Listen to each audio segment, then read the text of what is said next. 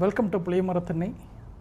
திண்ணையிலிருந்து உலகை வாசிப்போம், சுவாசிப்போம். இன்றைக்கி நம்ம கூட இணைஞ்சிருக்கிறது நம்முடைய நண்பர் செந்தில் முருகன் அவர்கள்.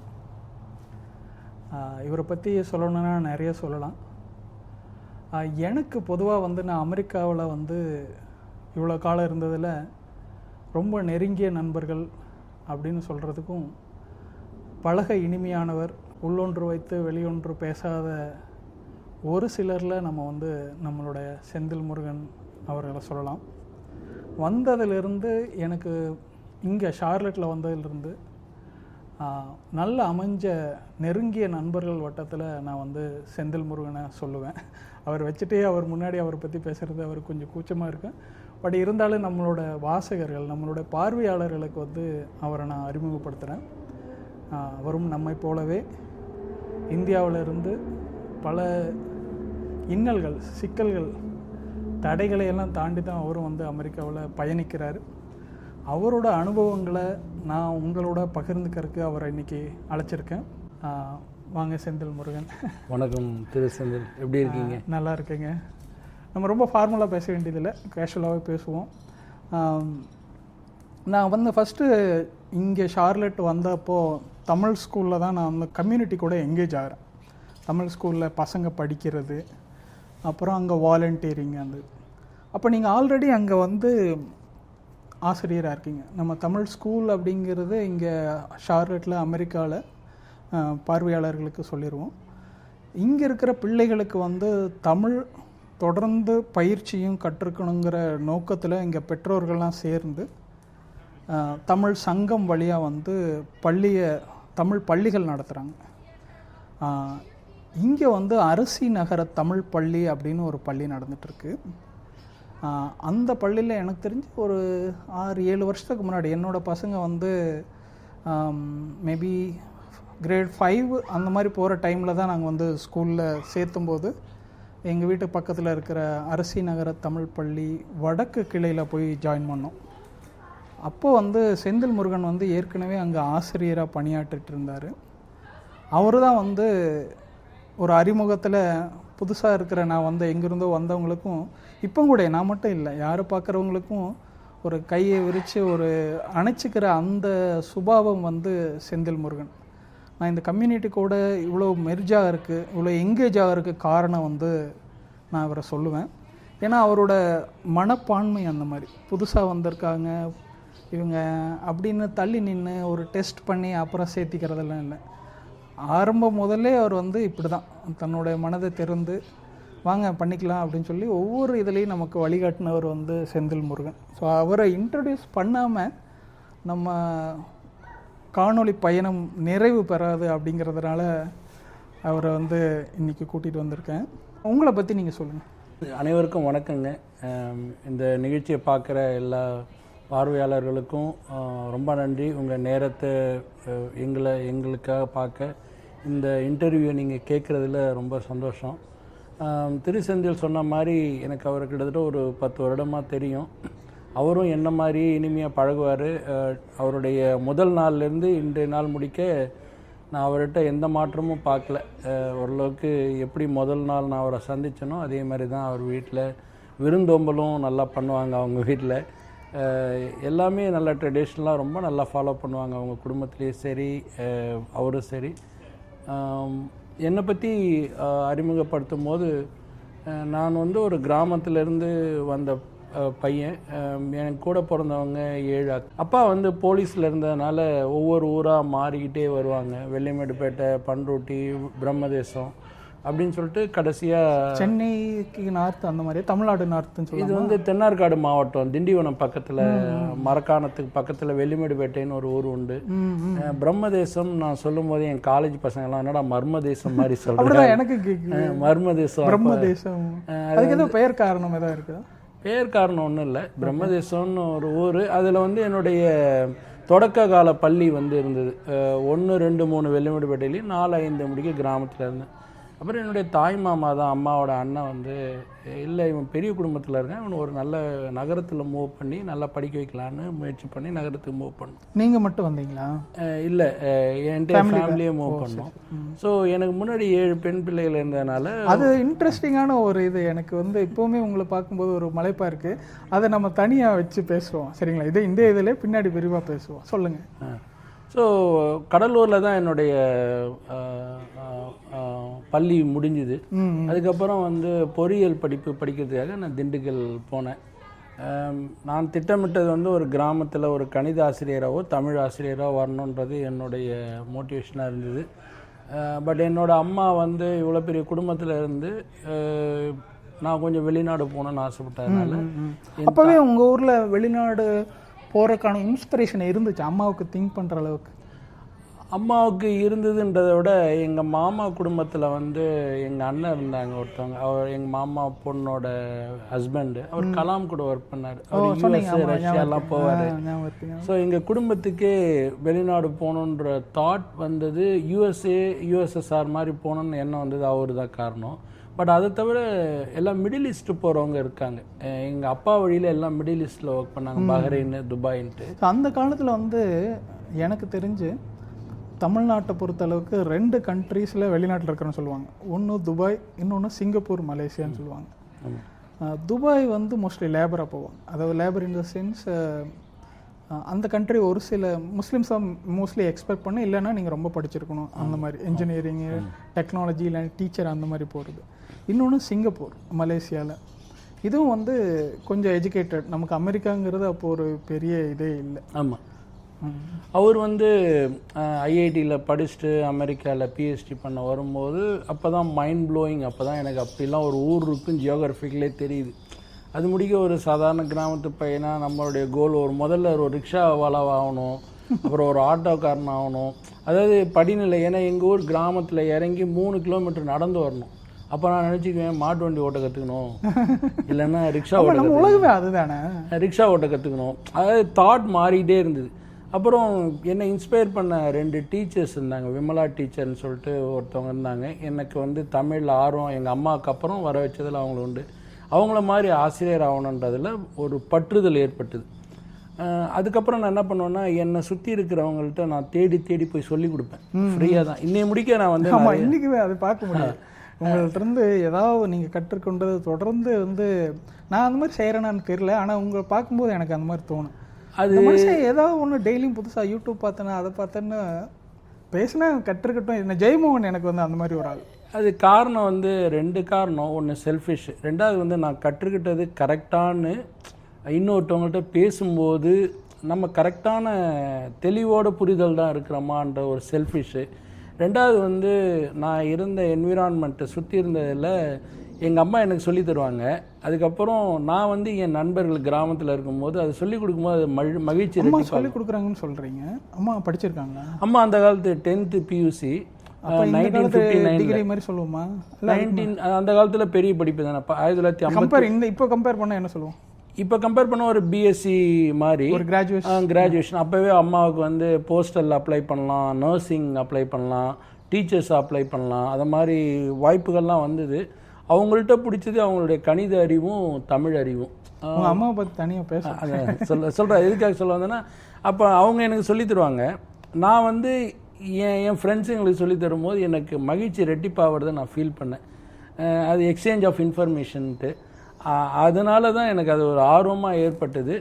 ஆனால் அது வந்து கமர்ஷியலாக பண்ணக்கூடாதுங்கிறதுல நான் டே 1லேருந்து முடிவில் இருந்தேன். என் வாழ்க்கையில் இது வந்து நம்ம வந்து ஒரு சொல்லித்தரது வந்து எப்போவுமே வந்து ஒரு அன்பின் வெளிப்பாடாக இருக்கணுமே தவிர ஒரு உறவின் நீட்சியாக இருக்கணுன்றதுக்காக தொடர்ந்து கிடைக்கிற இடத்துலாம் சொல்லி கொடுத்தேன். தமிழ் சமூகத்தில் கல்வி பெரும்பாலும் அந்த மாதிரி தானே இருந்திருக்கு.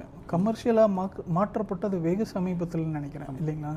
எனக்கு ஒரு தேவை ஏற்பட்டதுங்க, கமர்ஷியலாக ஆக்கணுன்ற ஒரு தேவை ஏற்பட்டது. ஏன்னா காலேஜ் முடித்து சில காலங்கள் வந்து இல்லை பல காலங்கள் வேலை இல்லாமல் இருந்தப்போ நான் இப்போ MBA MCA முடித்தவங்களுக்கெல்லாம் மேத்து சொல்லி தருவேன். அப்போது அந்த கம்ப்யூட்டர் சொல்லி தரும்போது நமக்கும் உள்ளுக்குள்ளே வந்து தேவை இருந்தது.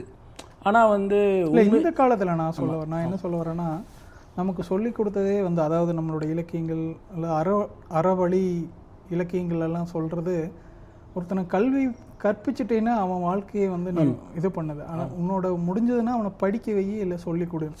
நம்ம ஒருத்தர் புறவலர்னு சொன்னோன்னா அவர் என்ன எதற்காக சொல்லுவாங்க அப்படின்னா, அவர் எத்தனை பேர்த்த படிச்சு வச்சிருக்காரு அப்படின்னு சொல்லுவாங்க. ஸோ அந்த வகையில் அப்படி தான் இருந்திருக்கு. ஆனால் இப்போ வந்து நம்ம அப்படி சொல்கிறதுக்கான வாய்ப்பு இல்லை. காரணம் என்னென்னா, எல்லாத்துக்கும் தேவைகள் இருக்குது. நம்ம வந்து ஃபுல் டைமாக ஃப்ரீயாக சொல்லிக் கொடுக்குற நம்ம புறவலர்கள் கிடையாது. 10 பேர்த்துக்கு 5 பேர் சொல்லிக் கொடுக்கலாம். சொல்லுங்கள். நமக்கு தெரிஞ்சது வந்து ரொம்ப குறைஞ்ச விஷயங்களாக இருந்தாலும் அதுலேயும் நம்ம சில பேருக்கு கான்ட்ரிபியூட் ஹெல்ப் பண்ண முடியுமா, உதவி செய்ய முடியுமா? அந்த நம்ம கட்டுறது கைமண் அளவு கல்லாத உலகளவுன்ற மாதிரி நமக்கு தெரியாத விஷயங்கள் நிறைய இருக்குது. ஆனால் நமக்கு கண்டிப்பாக தெரியும் இந்த விஷயத்தை வந்து இந்த பிள்ளைக்கு, ஒரு காலேஜ் முடிச்சுட்டு வர பிள்ளைக்கு இப்படி சொல்லி கொடுத்தா நம்ம கஷ்டப்பட்ட பாதை விட அவனுக்கு எளிமையாக இருக்கணும். நீங்கள் நிறைய பேருக்கு மென்டர் பண்ணி வேலையெல்லாம் வாங்கி கொடுத்துருக்கீங்க. ஆமாம். அதாவது நார்மலாக வந்து இந்த காலேஜ் முடிச்சுட்டு என்ன பண்ணுறதுன்னு தெரியாமல் இருக்கிற பிள்ளைங்கள என்னுடைய ஃப்ரெண்டு இருக்காங்க, அவங்கள்ட்டெல்லாம் கேட்பேன். அவங்க வந்து 3rd இயர் ஃபைனல் இயர் முன்னாடியே என்கிட்ட 2-3 பிள்ளைங்களை கொடுப்பாங்க. அந்த பிள்ளைங்களுக்கு ஒரு 18 months பீரியட் மாதிரி உட்காந்து அந்த பிள்ளைங்களுக்கு ரெஸ்யூம் எப்படி ப்ரிப்பேர் பண்ணணும், என்ன மாதிரி நீங்கள் உங்கள் தகுதியை வளர்த்துக்கணும் அப்படின்னு சொல்லிட்டு அதுக்கான வழியெல்லாம் காட்டுவோம் நம்ம. அவங்க வேலைக்கு போனதுக்கப்புறம் அவங்களுடைய நண்பர்களுக்கு தொடர்ந்து அதை செய்யறதை பார்க்கும்போது எனக்கு ரொம்ப மகிழ்ச்சியாக இருந்தது. அதாவது இது ஒரு சங்கிலி தொடர் மாதிரி. தமிழ் சமூகம் தொடர்ச்சியாக வந்து சொல்ல விரும்புறது என்னென்னா, நம்ம கூட எல்லாரையும் ஒரே சமதளத்தில் பயணிக்க வைக்கணும் அப்படின்னு சொல்லிட்டு. நான் வந்து இப்போ மட்டும் இல்லை, ஸ்கூல் ஒரு 12th முடிச்சுட்டு காலேஜ் முடிச்சுட்டு இருக்கும்போதே வீட்டில் சும்மா இருப்பேன். வேலை இல்லாமல் இருக்கிறப்ப என்ன பண்ணுறதுன்னு தெரியாது. அப்போ அங்கே இருக்கிற எங்கள் வீட்டை சுற்றி இருக்கிற பிள்ளைங்களை கூப்பிட்டு சொல்லித்தர்றது, அதுக்கப்புறம் காலேஜ் பிஎஸ்சி பிபிஏ எம்பிஏ முடித்த பிள்ளைங்களுக்கு சொல்லித்தர்றது, அதெல்லாம் சொல்லித்தருவேன். பட் பொழப்புக்காக நான் சில கம்ப்யூட்டர் சென்டர்லேயும் வேலை செஞ்சுக்கிட்டு இருந்தேன். அது வந்து என்னுடைய இதுக்காக பண்ணது. சூப்பருங்க. நீங்கள் சொல்லும் போது தான் எனக்கு ஞாபகம் வருது. நானும் படிச்சுட்டு வேலை தேடிட்டு இருக்கும்போது ஹெல்ப்புக்காக வந்து எப்படி வேலை தேடுறது, முதல்ல எங்கள் ஊர் பார்த்திங்கன்னா புஞ்சைப்புளியம்பட்டு, சத்தியமங்கலம் கோயம்புத்தூர் சாலையில் இருக்கிற ஒரு கிராமம், நகராட்சி. இப்போ வந்து நகராட்சியாக மாறி இருக்கு. அப்போ வந்து நான் சரியாக படிக்கிற பையன் இல்லை. நான் வந்து சும்மா 10th ஆவரேஜ் மார்க்கு தான். நீங்கள் நல்ல மார்க்கெலாம் வாங்கி இது பண்ணீங்கன்னு சொல்லி கேள்விப்பட்டேன் நான். இல்லை, அப்படிலாம் இல்லை. நானும் ஒரு சாதாரண ஒரு ஆவரேஜ் மார்க் தான். ஆனால் நான் இருந்த அந்த சுற்றுச்சூழலில் பசங்க பாஸ் ஆகிறதுக்கே தடுமாறுற ஒரு சமூகத்தில் நான் அங்கே இருக்கும்போது என்னுடைய நோக்கம் வந்து எனக்கு தெரிஞ்சது சொல்லி அவங்க வந்து ஒரு 20 மார்க் வாங்கும்போது ஒரு 40 மார்க் வாங்கிட்டா கூட அதுதான் நோக்கமே தவிர, அது இல்லாமல் எனக்கு பிடிச்சிருக்கு. என்னை வந்து கேட்குறாங்க, நானாக போய் வாலண்டியராக போல, அவங்க வந்து கேட்கும்போது ஐ நெவர் சே நோ. அதான் நானாக போய் செஞ்சேன்னா அது சமூக சேவையாக இருக்கும். ஆனால் என்கிட்ட கேட்கும்போது என்னுடைய அதுக்குமே பெரிய மனசு வேணும் செந்தில். என்னோட அனுபவத்தை நான் பகிர்ந்துக்கணும்னு நினைக்கிறேன். நான் டிப்ளமோ முடிச்சுட்டு வேலைக்கு தேடிட்டு இருந்தப்போ என்னோட உலகம் வந்து எங்கள் ஊர் தான். எங்கள் ஊர் விட்டு வெளியே தெரியாது. நான் படித்த காலேஜ் அதுக்கு பக்கத்தில் கோயம்புத்தூர் வந்து சொர்க்கம். இன்றைக்கி போனாலும் அது சொர்க்கம்னு சொல்லுவேன் நான். அது பெரிய ரீசன்ஸ், கிளைமேட்டு சொல்கிறாங்க அதெல்லாம். பட் ஆனால் அது ஊர் தான். சென்னையெல்லாம் போகவே கூடாதுன்னு நினச்சேன். வாழ்க்கையில் சென்னை போகவே கூடாது அப்படிங்கிறது ஆசையும் படலை. எனக்கு வந்து நாங்கள் எங்கள் ஊரில் வந்து சுற்றி ஸ்பின்னிங் மில்ஸ் இருக்கும், சரிங்களா. டிப்ளமோ எலக்ட்ரானிக்ஸ் முடிச்சுட்டு, ஏன்னா எனக்கு இன்ஸ்பிரேஷன் எங்கள் மாமா. அவர் டிப்ளமோ முடிச்சுட்டு பார்ட் டைம் பிஇ பண்ணார். அப்புறம் அவர் வந்து புனே போயிட்டார் ஹெச்சிஎல்லில் ஜாயின் பண்ணுறதுக்கு. பட் எனக்கு கம்ப்யூட்டரில் படிக்கணும் அப்படின்னு ஆர்வம் வந்து அவர் மூலமாக வந்துச்சு, எங்கள் மாமா மூலமாக. அவ்வளோதான். எனக்கு அப்போ நான் எலக்ட்ரானிக்ஸ் தான் எடுத்துட்டு மார்க்கு 10th நல்ல மார்க் இல்லை, ஆனால் டிப்ளமோவில் நல்ல காலேஜ்லேயே ஃபஸ்ட்டு செகண்ட் அந்த ரேங்க்கில் வந்துருச்சு. பட் பிஇ ட்ரை பண்ணோம், ஒர்க் அவுட் ஆகலை. அப்போ என்ன பண்ணுறேன் அப்படின்னா, சரி வேலைக்கு போகணும் அப்படின்னு. எங்கள் ஊரில் சுற்றி ஸ்பின்னிங் மில்லு தான். எங்கள் ஊர் ஸ்பின்னிங் மில்லில் நான் ஜாபுக்கு அப்ளை பண்ணுறேன். ஒரு நல்ல பெரிய ஸ்பின்னிங் மில். அங்கே வேலை இல்லைன்னு சொல்லிட்டாங்க. ஒருவேளை வேலை கொடுத்துருந்தாங்கன்னா நான் அங்கேயே இருந்திருப்பேன். ஆமாம், அது ஒரு நல்ல அனுபவம். 1000 ரூபா 1500 தான் சம்பளம் கொடுத்துருப்பாங்க. அனுபவம் இல்லை, உலகம் சுருங்கி இருக்குன்னு சொல்ல வரேன். பாருங்கள் நம்ம வாழ்க்கை எப்படி, நமக்கு கிடைக்காத ஆப்பர்ச்சுனிட்டி வந்து கடவுள் நம்மளை வேற எங்கேயோ நகர்த்துறாரு அப்படிங்கிறதுக்கான இது. கொஞ்ச நாள் அப்புறம் கோயம்புத்தூரில் ஒர்க் பண்ணேன் நான். அங்கே வந்து சர்வீஸ் இன்ஜினியராக இருந்தேன். அந்த எலக்ட்ரானிக் வெயிங் மிஷின்லாம் வந்து சர்வீஸ் பண்ணேன். கோயம்புத்தூர்லேருந்து திருப்பூர் போவோம் பைக்கில் வந்து டெய்லியும் ஒரு 10 கால் 20 கால் அந்த மாதிரி ஒவ்வொரு இடத்துக்கும் போய் சர்வீஸ் கால்லாம் அட்டன் பண்ணிட்டு இது பண்ணேன். அப்போ நான் பார்ட் டைமில் பிஎஸ்சி பண்ணேன். அப்படியே அங்கே ஒர்க் பண்ணிகிட்டே பிஎஸ்சி பண்ணிகிட்டு இருந்தேன். அங்கே ஒர்க் பண்ணும்போது ஒரு டைமில் அது கண்டினியூ பண்ண முடியாதுங்கிற சூழலில் குவிட் பண்ணிட்டு அப்புறம் உங்களை மாதிரியே கம்ப்யூட்டர் சென்டரில் கொஞ்ச நாள் வேலை செஞ்சுட்டு அப்புறம் கம்ப்யூட்டர் சென்டர் ஸ்டார்ட் பண்ணி எம்சிஏ முடிக்கிற வரைக்கும் அது பண்ணிகிட்டு இருந்தேன் நான். அப்புறம் எம்சிஏ முடிச்சோன்னே எனக்கு வேலை கிடச்சிருச்சு. பட் ஆனால் அந்த அனுபவம் என்னென்னா நீங்கள் சொல்கிற மாதிரி நமக்கு வழிகாட்டிகள் உங்களுக்கு நீங்கள் நிறைய பேர்த்துக்கு வழிகாட்டின மாதிரி எனக்கு ஒரு சிலர் வந்து வழிகாட்டினாங்க.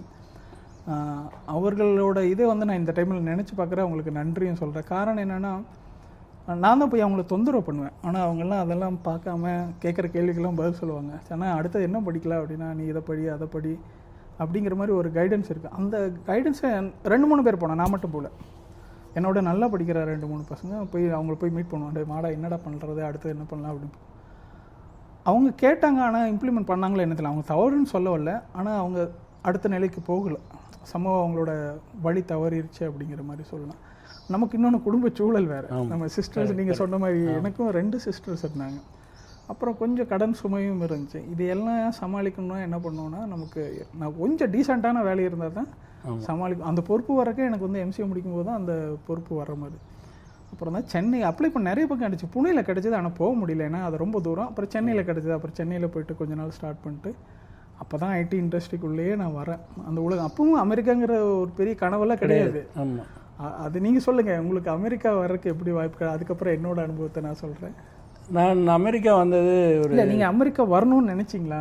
இல்லை, என் வாழ்க்கையில் அமெரிக்கா சைடே வரக்கூடாதுன்னு. எனக்கு அமெரிக்கா எங்கே இருக்குன்னே தெரியும். ஆமாம், என்னுடைய ஆக்சுவலி வந்து என்னென்னா, நான் நீங்கள் சொன்ன மாதிரி என்னுடைய வாழ்க்கையிலையும் எப்படி உங்களுக்கு உங்கள் மாமா இருந்தாரோ அது மாதிரி எனக்கு எங்கள் மாமா பையன் தான் இருந்தார். +2 முடிச்சுட்டு நான் என்னுடைய கோல் வந்து ஒரு மேத்தமெட்டிக்ஸ் டீச்சர் ஆகணுன்ட்டு பிஎஸ்சி மேத்ஸ் அப்ளை பண்ணிட்டு பிஷப் விபரில் ஜாயின் பண்ணிட்டேன்.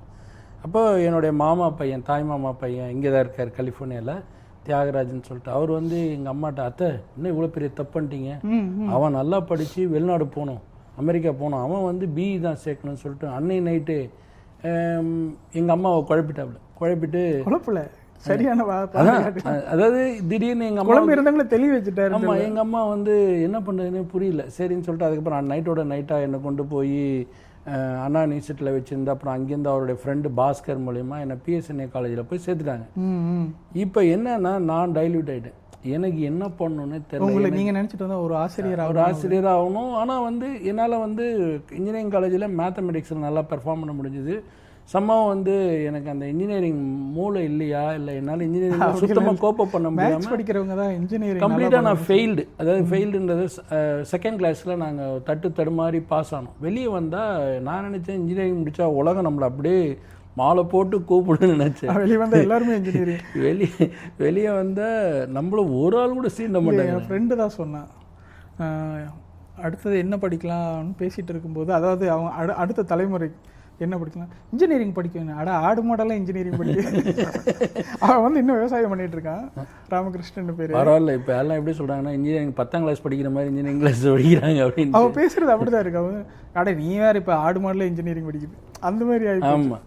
ஸோ நான் அட்லீஸ்ட் 96 வந்து நம்பர் ஆஃப் காலேஜஸ் வந்து 30லேருந்து 50 தான் இருந்தது. அப்போவே வந்து என்ன பண்ணோன்னே தெரியல. அப்புறம் திடீர்னு ஒருத்தர் ஆரக்கிள் படிங்கிறாரு, ஒருத்தர் திடீர்னு எம்இ படிங்கிறாரு. நம்ம குடும்ப சூழ்நிலை அப்பாவும் ரிட்டையர்ட் ஆகிட்டாங்க. ஸோ வாட் நெக்ஸ்ட் அப்படின்ற கொஷின் வந்தப்போ கம்ப்ளீட்லி ஃப்ரீஸு. அப்புறம் தான் வந்து லக்கோத்தியாவில் போய் ஆரக்கிள் முறையாக கம்ப்யூட்டர் கண்டா ஜுரம் வரும். லக்கோத்தியா கம்ப்யூட்டர் சென்டர் எல்சிசி. எனக்கு வந்து காலேஜ் படிக்கும்போது கம்ப்யூட்டர் லேபை பார்த்தாலே ஜுரம் வரும். அதான் அந்த ஏரியா பக்கத்து போனாலே ஃபீவர் வந்துடும். ஏன்னா கம்ப்யூட்டருன்றது ஏதோ ரொம்ப மிகப்பெரிய அறிவாளிகள் படிக்கிற இடம் மாதிரியும், நான் என்னமோ ஒன்றும் தெரியாத மாதிரி வந்து பயந்துகிட்டே போவே இல்லை. ஸோ ஒரு கட்டத்தில் வந்து சூழ்நிலை நம்மளை ஃபோர்ஸ் பண்ணி கம்ப்யூட்டரை படிக்க வச்சுது. அதில் வந்து கோகுல்ன்ற ஒருத்தர் வந்து என் திறமை ஐடென்டிஃபை பண்ணார். என்ன சார் இவ்வளோ டேலண்டடாக இருக்கிறீங்க, நீங்கள் ஏன் சார் இங்கே? அதாவது நமக்கு ஒரு ஜஸ்ட் ஒரு ஃபயர் அங்கே தான் ஸ்டார்ட் ஆகுது. நம்மக்கிட்ட ஏதோ ஒரு திறமை இருக்குன்றது நான் கண்டுபிடிக்கல, என்னை பார்த்த ஒருத்தர் உங்களை மாதிரி கண்டுபிடிச்சார். அப்போ நமக்கு ஏதோ திறமை இருக்குன்ட்டு அதை நானே வளர்த்துக்கிட்டு அதுக்கப்புறம் அங்கேயே கம்ப்யூட்டர் சென்டர் ஃபேக்கல்ட்டியாக ஜாயின் பண்ணப்போ பாரதின்னு ஒருத்தர் வந்தார். அவர் நான் அப்போயே கொஞ்சம் கொஞ்சமாக சர்டிஃபிகேஷன்லாம் பண்ண ஆரம்பிச்சிட்டேன். ஏன்னா நம்மளை யாராவது ஒருத்தவங்க 1 இன்ச்சு ஏற்றி விட்டாலும் நமக்கு ஒரு கான்ஃபிடென்ஸ் வந்துடும். அவர் வந்து செந்தில் நீங்கள் இங்கே இருக்க வேண்டிய ஆள் இல்லைன்னு என்னை துபாய் கூப்பிட்டு போயிட்டார். அவர் ஓ சூப்பர். துபாயில் வந்து நான் முதல் வேலையை பார்த்தீங்கன்னா கம்ப்யூட்டர் ஜாபு நேராக துபாயில் லூலு சென்டரில் தான் போய் ஜாயின் பண்ணேன். என்ன ப்ராப்ளம்னா எனக்கு அங்கே போய் கிளைமேட் ஒத்துக்காமல் உடம்பு சரியில்லாமல் வந்துட்டு திருப்பி. நல்லது, எல்லாமே நல்லதுக்கு தான். நீங்கள் இறைவனுடைய இதில் நீங்கள் எதுவும் எல்லாம் ரெக்ரெட் பண்ணுறீங்களோ அது உண்மையுமே ரெக்ரெட் பண்ண வேண்டியது. ஒரு வகையில் நன்றி சொல்ல வேற மாதிரி தான் இல்லைங்களா? ஒரு நம்ம இப்போ சொல்கிறோம், அடடா நீங்கள் அந்த வாய்ப்பை மிஸ் பண்ணிட்டோம் அப்படின்னு சொல்கிறோம். ஆனால் இன்னைக்கு நல்லதுன்னு இருக்கும். அந்த சூழ்நிலையில் அது ரொம்ப ஒரு பெரிய இழப்பாக ஃபீல் பண்ண. அதை நான் வந்து நம்மளோட பார்வையாளருக்கு நான் சொல்கிறது ஒரு லெசன் நான் சொல்கிறேன். என்ன அப்படின்னா, இன்னைக்கு நீங்கள் கஷ்டப்படுறீங்க அல்லது ஏமாந்துட்டீங்கன்னு கைவிடாமல் தொடர்ந்து முயற்சி செஞ்சீங்கன்னா நீங்கள் போகிற இலக்கு இதை விட அற்புதமானதாக இருக்கும். ஆமாம், கண்டிப்பாக கண்டிப்பாக. அதனால் வந்து ஒரு சின்ன தோல்விகள் அல்லது சின்ன தடுமாற்றங்கள், வேலை இது கிடைக்கல, வாய்ப்பு கிடைக்கல அப்படிங்கிறத நீங்கள் மனம் தளர வேண்டியது. ஒரு பெரிய தடுமாற்றம் தான். நான் எவ்வளோ எக்ஸாம்பிள் சொல்லலாம் இல்லையா? ஒரு பெரிய இழப்பு தான் இது. காலம் வந்து அதற்கான மருந்து போட்டு உங்களை வேற இடத்துக்கு கொண்டு போய் நீங்கள் ஆனால் ஒன்று செய்யணும், முயற்சி செஞ்சுட்டு. ஆமாம், ஏன்னா நீங்கள் எனக்கு இப்போ யோசிச்சு பார்த்தீங்கன்னா என்னுடைய 1 வருஷம் சம்பளம் தான், விழுப்புரத்தில் வாங்கின சம்பளம் தான் அங்கே எனக்கு கொடுத்த 15 நாள் சம்பளம். அதை விட்டுட்டு உடம்பு சரியில்லாமல் நம்ம வருன்றப்போ ஒரு பெரிய இழப்பு அந்த நேரத்தில் எனக்கு அதே தான். அந்த மில்லில் வேலை கிடைச்சது 1500 வேலை கிடைச்சிருந்தேன், அந்த மில்லை க்ளோஸ் பண்ணிட்டாங்க. அங்கே கோயம்புத்தூரில் வந்து மில்லெல்லாம் வந்து லாஸ்ட்டில் போய் க்ளோஸ் பண்ணி இப்போ நான் என்ன பண்ணியிருப்பேன்னா வேறு ஏதோ ஒன்று பண்ணிட்டு இருந்திருப்பேன். கடவுள் வந்து நமக்கு அந்த நீ அங்கே போக வேண்டிய ஆள் இல்லை, நீ இங்கே போக வேண்டிய ஆள் அப்படின்னா நம்மளுக்கு நம்ம இயற்கை நமக்கு என்ன தேவையோ அதை நோக்கி நகர்த்து. எப்பவுமே இயற்கை உங்களுக்கு ஒரு பெஸ்ட்டை தான் கொடுக்குது. ஆனால் நீங்கள் அதை ஏற்றுக்கிறதுக்கு முயற்சி செய்யணும், ஒரு எக்ஸ்ட்ரா மைல் போகணும். ஆமாம், நான் எனக்கு வந்து நீங்கள் சொன்ன மாதிரி கண்டினியூஸ் லேர்னிங் மட்டும் இருந்தது என்கிட்ட. அந்த காலேஜ் முடித்து ஒரு 6-7 வருஷம் நான் பயங்கரமாக ஸ்ட்ரகிள் ஆனேன். ஆனால் எனக்கு இருந்த ஒரே நம்பிக்கை என்னென்னா கண்டினியூஸ் லேர்னிங். எதையாவது படிச்சுக்கணும், அது தமிழாக இருக்கலாம் இல்லை கணிதமாக இருக்கலாம். எவ்வளோ பெரிய புத்தகம் கொடுத்தாலும் ஒரு 2-3 நாளில் உட்காந்து அந்த துறை சார்ந்து படித்து ரெடியாக இருப்பேன் நான். ஆனால் அப்பவுமே நீங்கள் எப்போ காலில் பேசும்போது நான் 2 நாளைக்கு ஒரு தடவை அவர் கூட பேசிகிட்டு இருப்பேன்.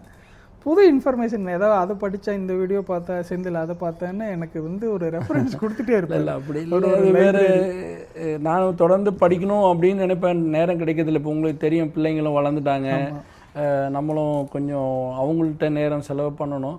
பட் இருந்தாலும் அந்த வயசில் வந்து ஒரு பயத்தில் வந்து நம்ம எல்லாரை விட தள்ளி போகிறோன்னு தெரியுது. ஒரு 2 நாள் 3 நாள் கம்ப்யூட்டரில் ஒர்க் பண்ணனாலே உங்களுக்கு மறந்து அப்படி இருக்கிற பயம் கூட வந்துடும். ஆமாம், நாம் என்ன பண்ணணும், நம்ம நிலையை தக்க வைக்கணுன்றதுக்காக தொடர்ச்சியாக படிச்சுக்கிட்டே இருக்கணும். இன்டர்வியூ போனால் ரெஸ்யூமில் போடுறதுக்கு கம்ப்யூட்டர் சென்டர்னு போட்டாலும் ஒருத்தவனும் எடுக்க மாட்டேங்கிறேன்.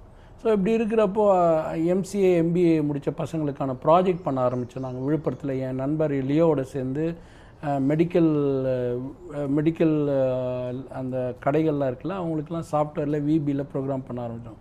அப்போ தான் எனக்கு வந்து அந்த புரிதலே ஏற்பட்டது கம்ப்யூட்டரில், ஏன் பண்ணுறோம் எதுக்கு பண்ணுறோன்ட்டு. அப்புறம் இயற்கையாக என்னுடைய ஸ்கூல் நண்பன் நான் ஸ்ரீதர், நமக்கு நீங்கள் நல்லவனாக இருந்தீங்கன்னா இயற்கை உங்களுக்கு எப்போவுமே வழி காட்டிக்கிட்டே இருக்கும். ஒரு நாள் நைட்டு 10 மணிக்கு என் நண்பனை நான் பார்த்து, எண்ணங்கள் நல்லவங்க இருக்கும் இல்லையா? நம்ம எல்லாருமே நல்லவங்க தான், சூழ்நிலை கழுதியே இல்லை, எல்லாரும் நல்லவங்கிறது பொதுப்படியான. அதை நீங்கள் சொல்லுங்கள், நான் அதுக்கு என்ன டெஃபினேஷன் சொல்கிறேன். ஆமாம், என்னுடைய நண்பனை வந்து நைட்டு 10 மணிக்கு ஒரு தடவை பார்க்குறேன். அவனை பார்த்துட்டு, என்ன மச்சி இங்கே இருக்கிற, நீ எங்கோ இருப்பேன்னு நினச்சேன். எங்கேயும் இல்லைடா, இங்கே தாண்டா இருக்கிறேன் அப்படின்னு. சரி வான்னு என்னை பூனையை கூப்பிட்டு போனான். அப்புறமேட்டு ஆல்ரெடி அப்டேட் ஆகிட்டே இருந்ததுனால அவனை வந்து ஒரு 15-20 டேஸில் எனக்கு ஒரு ஜாப் வாங்கி கொடுத்துட்டான். That is my biggest break through. அதாவது ஒரு மிடில் ஈஸ்டில் ஏர்ன் பண்ணுற சேலரி வந்து எனக்கு பூனேயிலே கிடச்சிது. சூப்பர். அதுதான் என்னுடைய வாழ்க்கையோட டேர்னிங் பாயிண்ட். அங்கேருந்து திருப்பி மிடில் ஈஸ்ட் போனேன், யூரோப்லாம் போனேன். அதுலேருந்து வாழ்க்கை இல்லாமல் ஓடிக்கிட்டே இருக்கு. ரொம்ப எனக்கும் உங்களோட அனுபவத்தை கேட்கும்போது அப்படியே என்னோட பழைய ஞாபகங்கள் வருது. டெஃபினட்டாக வந்து இதை வந்து நம்ம பெரிய சாதனைன்னு சொல்லுவேன். நீங்கள் நானும் ஒரு பெரிய சாதனையாளர்கள் கிடையாது. பார்வையாளருக்கு நம்ம என்ன சொல்லணும், எங்கனாலேயே இதை அச்சீவ் பண்ண முடியும்னா கண்டிப்பாக உங்களாலையும் கண்டிப்பாக முயற்சி செஞ்சீங்கன்னா. ஏன்னா எங்களோட காலங்கள், என்னோடது சொன்னோன்னா 90 சொல்லலாம், உங்களோடது 95 அந்த ரேஞ்சில் 96. அங்கே போலாம் ChatGPT கிடையாது இல்லைங்களா? கம்ப்யூட்டருக்கு எனக்கு ஆக்சஸ் கிடையாது. என் ஃப்ரெண்ட்ஸுக்கெல்லாம் கம்ப்யூட்டர் வாங்கியிருந்தாங்க, எனக்கு கம்ப்யூட்டருக்கு ஆக்சஸே கிடையாது. ஃபஸ்ட்டு கம்ப்யூட்டர் இப்போ வந்து காலேஜில் கம்ப்யூட்டர் லேபில் தான் தோட்டுறோம். அந்த மாதத்துக்கு ஒரே ஒரு லேப் தான். ஆனால் அப்போவே நான் வந்து C படித்தேன். எங்கள் மாமா வந்து C படி அப்படின்னு சொல்லிட்டார், அவ்வளோதான். பாலகுருசாமியோட லேட்டஸ்ட் C அப்படின்னு ஒரு புக்.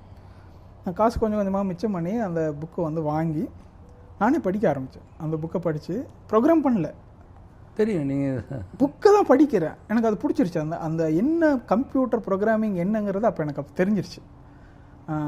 பாயிண்டர்ஸு அதெல்லாம் போயிட்டு அந்த எக்ஸ்ட்ரீம் போயிடுச்சு அது. அப்போ எனக்கு அது இன்னும் ஆர்வம் வந்து C++. எதுவுமே யாருமே சொல்லிக் கொடுக்கல, நான் என்ன படித்தேன். ஜாவா கம்ப்ளீட் ரெஃபரன்ஸ்னு ஒரு இவ்வளோ பெரிய புக் இருக்குது. அந்த புக்கு ஃபுல்லாக நான் படித்தேன். ஜெஃப்ரி ஹெல்பர்ட் ஆத்தர் பேர் மறந்து போச்சு. அப்புறம் கனிட்கரோட ஒரு புக் இருக்கும். இது எல்லாமே வந்து சொல்லுவாங்க, நீ அவங்க எல்லாம் எங்கேயோ படிச்சிருக்காங்க அல்லது காலேஜில். எனக்கு அதெல்லாம் தெரியாது. நான் வந்து காட்டு மரம் மாதிரி நம்மளே இது பண்ணோம். அப்போ அந்த complete reference end to end படித்தேன் நான், அண்டர்லைன் பண்ணி. அது கம்ப்ளீட் ரெஃபரன்ஸுங்கிறது பைபிள் மாதிரி, இவ்வளோ பெரிய புக். அதில் நீங்கள் படிக்கக்கூடாது ஆக்சுவலாக, யாரும் அதை சொல்லலை. கம்ப்ளீட்டர் எண்ட் டு எண்ட் இருக்குது அதில், எண்ட் டு எண்ட் ஃபுல்லாக. அப்படியே நான்லாம் ஜேடிக்கு வந்து ஃபுல்லாகவே இருக்குது. ஜேசிபி எக்ஸாம் எழுதும் போது எண்ட் டு எண்ட் அந்த பேஜ் படிச்சுட்டு போய் தான் நான் நினச்சி இது படித்தா தான் ஜாவா தெரியும் அப்படின்னு படிச்சுட்டேன் நான்.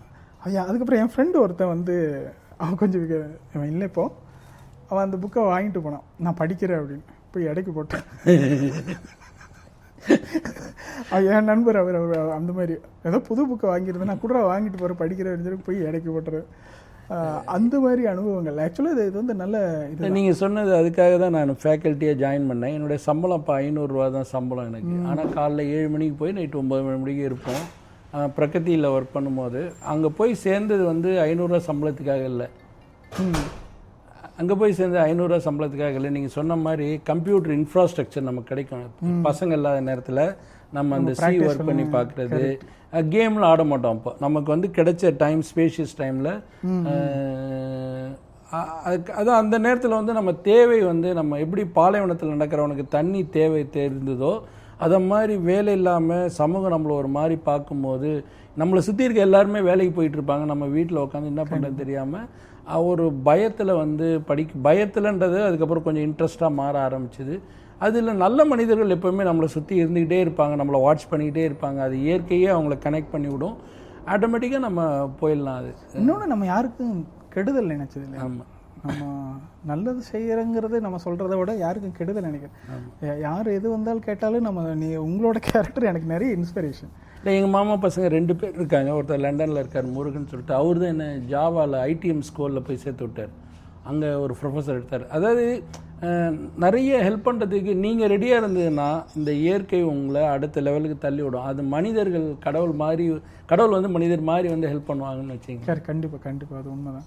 அப்புறம் உங்கள் அம்மாவை பற்றி நீங்கள் ஒரு முந்தானேற்று ஒரு ஃபேஸ்புக் போஸ்ட்டை போட்டிருந்தீங்க, அதை நான் பார்த்தேன். அதை படிக்கும்போது எனக்கு உங்கள் அம்மாவை கண்ணில் நேரில் பார்க்குற மாதிரி இருந்துச்சு. நீங்கள் எந்த அளவுக்கு உங்கள் அம்மாவை நீங்கள் இப்பவும் ஒரு என்ன சொல்கிறது குரு எல்லாமே பார்க்குறீங்க. நீங்கள் அப்படியே உங்களை ஒரு வழிகாட்டியாக இருந்திருக்கிறாங்க. நீங்கள் இப்போ மிஸ் பண்ணுறது இறந்து அவங்க மறைஞ்சு ஒரு 2 வருஷம் இருக்குமா? 19 வருஷம். 19. இப்போ அப்பா இறந்தது இப்போ கடைசி? அப்பா போன வருஷம். ஓகே 19 வருஷம். எங்கள் அம்மாவை பார்க்கும்போது எங்கள் அம்மாவோட அனுபவம் வேறு. நீங்கள் உங்களோட அம்மாவை பற்றி எழுதின அந்த கடிதத்தின் வழியாக நான் தெரிஞ்சுக்கிட்டதை முதல்ல பார்வையாளர்கிட்ட சொல்லிடுறேன். ஐயாவோட செந்தில் முருகன் அவர்களுடைய அம்மா வந்து அவர்களுக்கு எல்லாமே நான் பார்த்த வரைக்கும். அவர் மானசீகமாக அவர் அம்மாவை வந்து ஒரு நல்ல ஃப்ரெண்டாகவே இப்போவும் நினைக்கிறாரு. எல்லா தருணங்களிலும் சந்தோஷமாக இருக்கும்போதும் சரி, சோகமாக இருக்கும்போதும் சரி, அவங்க அம்மாவோட வாழ்ந்துட்டுருக்காரு, பேசுகிறாரு, தன்னோட கவலைகளை சொல்கிறாரு, தன்னோட பிள்ளைகளை அவங்க கூட வளரணும்னு அப்படின்னு ஒரு எல்லாத்துக்கும் இருக்கிற ஆதங்கம். பட் ஆனால் அது இந்த வயசில் நம்ம அதை பார்க்குறது வந்து ஓ இப்படிலாம் இருக்குமா அப்படிங்கிற மாதிரி நமக்கு தோணுது. நீங்கள் சொல்லுங்கள் சார். கண்ணில் தண்ணி வந்துருக்கு, தெரியலன்னு தெரியல. ஸோ எங்கள் அம்மாவோட நான் உறவு வந்து ரொம்ப ஆத்மார்த்தமானது. அவங்க இறந்து 19 வருஷம் ஆகுதுங்க. ஆனால் அவங்கள நான் மிஸ் பண்ணதாக நான் வந்து நினைக்கவே இல்லை. இந்த நொடி கூட நான் பேசுகிறேன்னா என் கூட எங்கள் அம்மா எங்கேயோ இங்கேருந்து பார்த்துக்கிட்டு இருக்காங்கன்னு ஒரு நம்பிக்கை. எங்கள் அம்மா வந்து ஒரு 16 வயசில் திருமணம் பண்ணிட்டாங்க. அவங்களுக்கு ஒன்றும் தெரியாது. ஸோ ஒன்றும் தெரியாத ஏஜ் இல்லை அப்போல்லாம். ஒரு 1960 எங்கள் அப்பா வந்து கல்யாணம் பண்ணிக்கிட்டாங்க. அது எங்கள் மாமாவோடைய ரூம்மேட்டு, எங்கள் தாய் மாமாவோடைய ரூம்மேட்டு எங்கள் அப்பா. ஓ சரி சரி. ஸோ 2 பேரும் ஒரே டிபார்ட்மெண்ட், போலீஸ் டிபார்ட்மெண்ட் ட்ரெயினியாக இருக்கும்போது சரி சரி எங்கள் அப்பாவோட அப்பா இறந்த செய்தியை கேட்டது அந்த முதல்ல அப்போல்லாம் டெலகிராம் அதில் பார்த்துட்டு தான் இன்னாருன்னு தெரிஞ்சவொடனே நல்ல பையனாக இருக்கிறார்கள். அம்மாவுக்கு வந்து தொடர்ந்து 7 பொண்ணுங்க பிறக்கிறப்பையும் அந்த 5ஆவது பொண்ணுக்கு மேலே பயம் வந்துடுச்சு அவங்களுக்கு. அவங்கள சுற்றி இருக்கிறவங்கலாம் அவங்கள அவமானப்படுத்துறது அப்படின்னு சொல்லிட்டு. அப்புறம் நான் பிறக்கும் போதெல்லாம் ஒரு காமெடியாக சொல்லுவாங்க, வீட்டை விட்டே வெளியே வர மாட்டாங்களாம், வயிறு பெருசாக இருக்குன்னே தெரியக்கூடாதுன்றதுக்கு சுற்றிக்கிட்டு வருவாங்களாம், யாராவது கிண்டல் பண்ணுவாங்க, இதுவும் பொண்ணுன்னு சொல்லுவாங்க. அது அவங்க சொல்லும்போது ரொம்ப நரக வேதனையாக இருக்கும். அப்படி இருக்கிறப்போ எல்லா கடவுளையும் வேணேன், எந்த கடவுளும், ஆனால் மதம்லாம் மாறுறேன், 5வது பொண்ணு மாறுறேன் ஒன்றும் இல்லை. கடைசியில் பழனி முருகனை வேண்டி பிறந்ததுனால எனக்கு செந்தில் முருகன் வச்சாங்க. ரொம்ப கண்டிப்பானவங்க, ரொம்ப கடினமானவங்க. எங்கள் அம்மா கிட்டலாம் சர்வைவே பண்ண முடியாது. சில காமெடி சீன் மாதிரியே இருக்கும், ஆனால் அந்த வேலையில்லா பட்டதாரியில் தனுஷ் அனுபவிக்கிற டார்ச்சரை விட மோசமான வச்சுருப்பேன். இல்லை நைட்டு 11 மணிக்கு கம்ப்யூட்டர் சென்டர்லேருந்து லேட்டாக வருவேன், வெளியே நிற்க வச்சுருவாங்க. எத்தனை ஏஜ் ஆஃப் 25ல் சரி வெளியே நிற்க வச்சிருவாங்க. அவங்க வந்து ஒழுக்கத்துக்கு வந்து முக்கியத்துவம் அவங்களுக்கு தெரியல, நான் வந்து ஒர்க் பண்ணிட்டு வரேன்னு. காலைல 7 மணிக்கு போகிறப்ப 11 மணிக்கு எங்கே சுற்றுற வெளியே நிற்க வச்சிருவாங்க. வீட்டுக்கு வரும்போது என் வீட்டு பக்கத்து வீட்டில் இருக்கிறவர் சிகரெட் குடிப்பாருன்னு வச்சுக்கோங்க, அந்த வாசனை வரும் இல்லை, இங்கே நான் தான் குடிச்சிட்டு வரேன்னு பக்கத்தில் வந்து ஊதுனுவாங்க. உங்களுக்கு இது வந்து ஒரு சின்ன பையனாக இருந்தால் ஓகே, ஒரு 25 வயசில் உங்களை பண்ண சொல்லும்போது கோவம் வரும், அவங்க மேலே அவ்வளோ கோவம் வரும். பட் அவங்கள புரிஞ்சுக்கிட்டதுனால அதிகமான அன்பு தான் அதற்கான வெளிப்பாடுன்னு நினைக்கிறேன். ஆமாம், ரொம்ப கடினமான ஆசிரியர். தமிழுக்கு அவ்வளோ இம்பார்ட்டன்ஸ். 1 மணி நேரம் உட்காருவாங்க எங்களோட சின்ன வயசில். அறநெறி நூல்கள் ஃபுல்லாக சொல்லி கொடுத்துருக்காங்க. ஔவையோட பாடல்கள், பாரதி பாடல்கள், வள்ளல் பெருமானுடைய பாடல்கள். எங்கள் அம்மாவுக்கு எனக்குமே நிறைய ஒரு ஸ்டூடெண்ட் மாதிரி காம்படிஷன் இருக்கும் மெமரைஸ் பண்ணுறதுல. ஒரு தோழியா, நண்பனா, ஒரு அன்னையாய், ஒரு மோட்டிவேட்டரா, ஒரு டீச்சரா, வெரி ஸ்ட்ரிக்ட் டீச்சரா, you can name it anywhere. நமக்கு ஈக்குவலாக அப்டேட் பண்ணிக்கிட்டே வருவாங்க. அப்போ தான் நம்மக்கிட்ட பேச முடியும், இல்லைனா ஜென்ரேஷன் கேப் வந்துடும்ட்டு. அந்த இப்போ நம்ம பிள்ளைங்களை நம்ம விட்டு தள்ளி போகிறதுக்கு காரணம் வந்து அவங்க கூட நம்ம லேர்ன் பண்ணாமல் போகிறது தான். அந்த பிள்ளைங்க நம்மளை அவுடேட்டடுன்றாங்க. அது மாதிரி இல்லாமல் எனக்கு ஈக்குவலாக எனக்கு என்ன தேவையோ, கிரிக்கெட் பிடிக்குமா, என் கூட சேர்ந்து கிரிக்கெட் கற்றுக்கிட்டாங்க. ஸோ அதை மாதிரி இருந்தாங்கன்னு வச்சிங்களேன். ஒரு நல்ல தோழின்னு வச்சுக்குவேன் எங்கள் அம்மாவை. ஒரு 7 பிள்ளைகளா? ஆமாம், 7 பொண் பிள்ளைங்க, 8 நானே.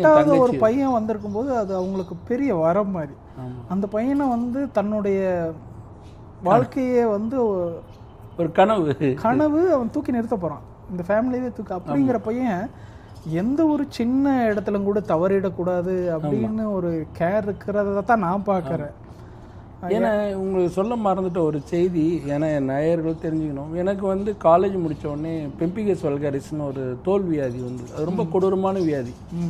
நான் வேலை வாங்கிறதுக்கு தடுமாறின நேரம், அதே நேரத்தில் பிள்ளையாக உருவாகி வருவனான்ற தடுமாறிட்டு இருந்தப்போ என்னை நம்பின ஒரே ஜீவன் வந்து நடுக்கடலில் துடுப்பு இல்லாமல் சிக்கின ஒருத்தவனுடைய நிலை மாதிரி என்னுடைய நிலைமை. அதாவது சுற்றி இருட்டு, சுற்றி தண்ணி, நம்ம வாழ்க்கை முடிஞ்சுதுன்னு நினைக்கிறப்போ ஒரு கலங்கரை விளக்கமா, ஒரு துடுப்பா, இல்லை நீ வாழ்க்கையில் வந்து நல்லா வருவ அப்படின்னு தொடர்ச்சியாக ஒவ்வொரு அம்மாக்களும் தன் பிள்ளைங்கள் வந்து கஷ்டப்படும் போது ஒரு நண்பனாக வந்து கூட நிற்கணும்னு நான் ஆசைப்பட்டேன். அந்த இடத்துல எங்கள் அம்மா நின்னாங்க. எனக்காக தெரியல, என்னை எப்போவுமே வந்து நீ நல்லா வருவ, எனக்கு நம்பிக்கை இல்லை.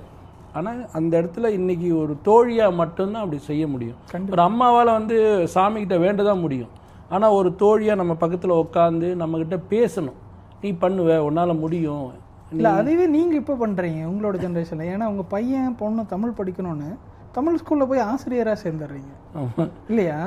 நானும் என் பையனும் ஆசிரியர் சேர்ந்துட்டு அப்புறம் பையன் தமிழ் அந்த சயின்ஸ் ஒலிம்பியாட்லாம் பண்ணோம். நானே அந்த ஸ்கூலில் ஒலிம்பியாடே கிடையாது, நம்மளே போய் ஸ்டார்ட் பண்ணி நம்ம என்கேஜ் பண்ணுறோம்.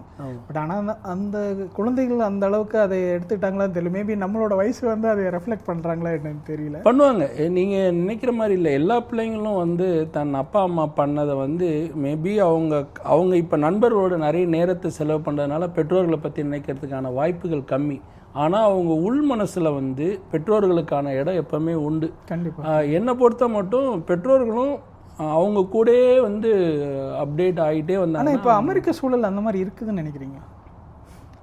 இல்லை, ஆனால் வந்து நான் என்ன நினைக்கிறேன், இப்போ நான் என் பொண்ணு ஒரு கிட்டத்தட்ட காலேஜ் படிக்கிறேன், நான் என் பொண்ணை மட்டும் ஒரு உதாரணமாக சொல்கிறேன். அந்த வாய்ப்புகள் இல்லை தான். பட் என்னென்னா அவள் என்கிட்ட அதிகம் பேசுறதில்லைன்னா அவளுக்கு தெரியும் அப்பா வந்து கொஞ்சம் பிஸியாக இருப்பாள். ஆனால் அவங்க அம்மாட்ட 1 மணி நேரம் டெய்லி பேசுவாள், ட்ரைவ் பண்ணும்போது பேசுவாள்.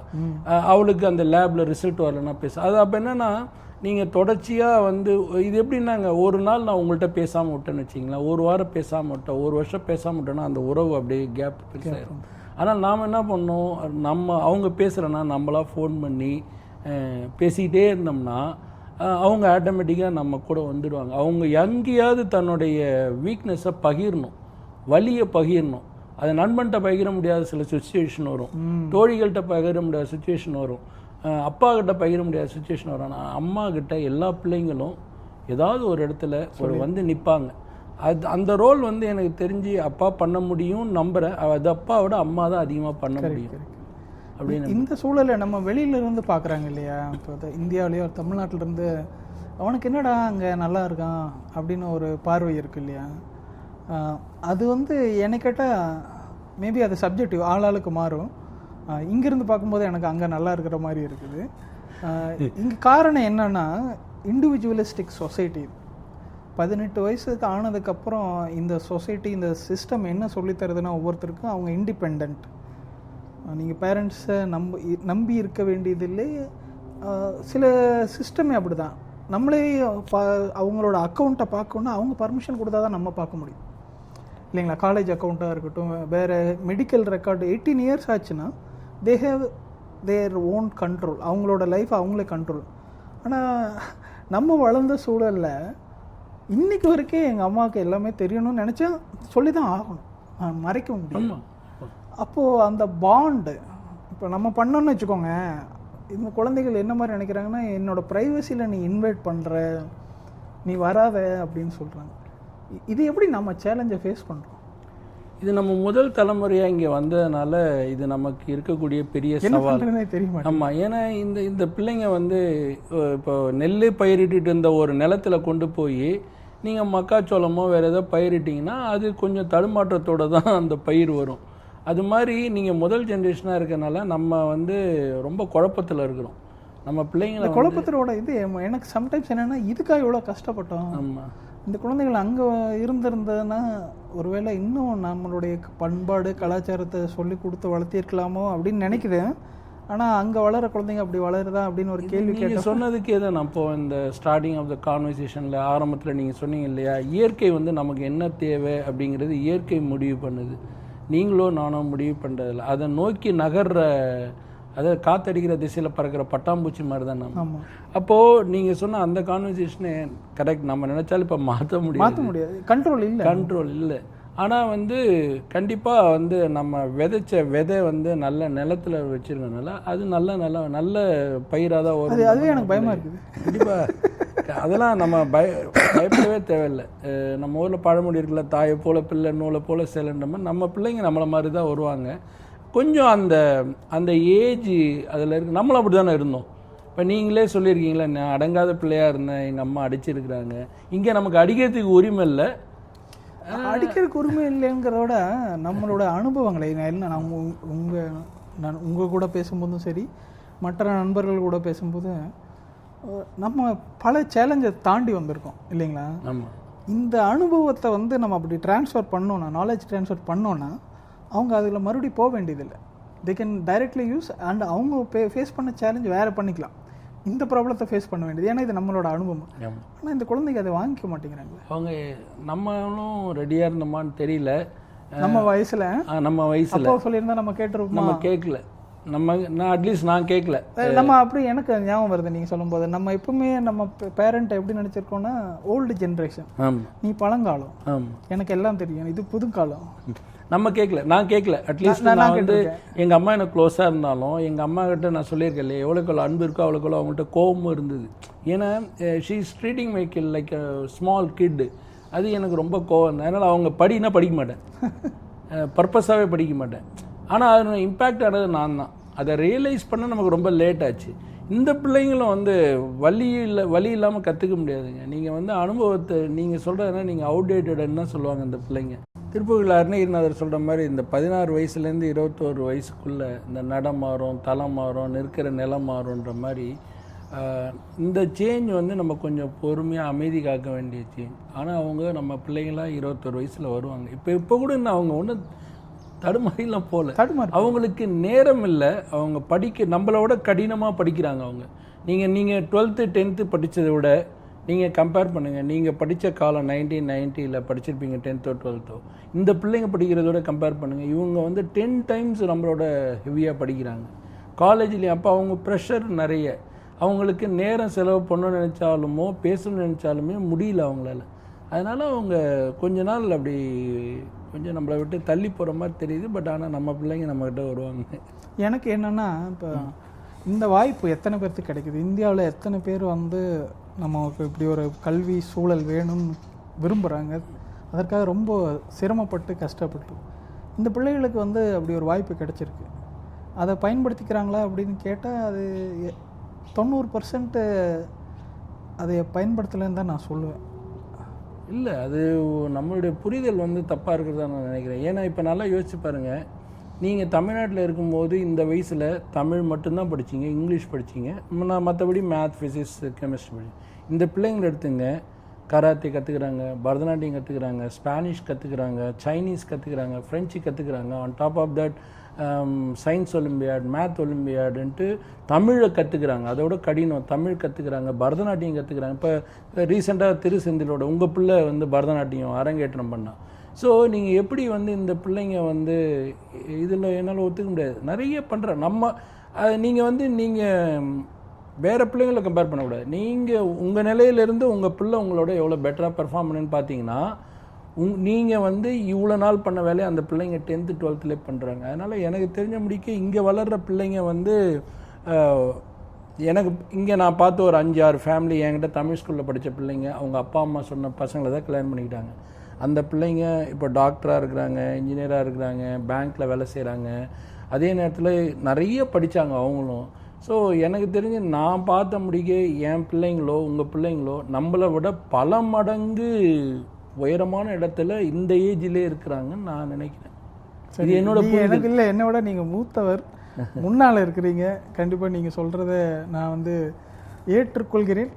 இந்த சென்ஸ் நான் ரிசீவ் பண்ணிட்டேன். அதை டைஜஸ்ட் பண்ணணும், எனக்கு கொஞ்சம் டைம். ஆமாம் ஆமாம். Okay, super. அப்புறம் உங்களோட ஃபேமிலியில் நீங்கள் வந்து 7 சிஸ்டர்ஸ் சொன்னீங்க இல்லையா? நிறைய டைம் நீங்கள் சொல்லியிருக்கீங்க அவங்க சிஸ்டர்ஸ் பார்த்துட்டு இருந்தீங்கன்னா செந்தில் முருகன் வந்து உங்களை நினைக்காத நாள் இல்லை, நீங்கள் எல்லோரும் நல்லா இருக்கணும்னு எப்போவுமே நினைக்கிறாரு அவர்.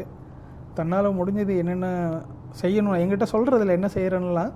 பட் அவரோட அந்த எண்ண ஓட்டங்கள் வந்து எங்களால் ஜட்ஜ் பண்ண முடியுது.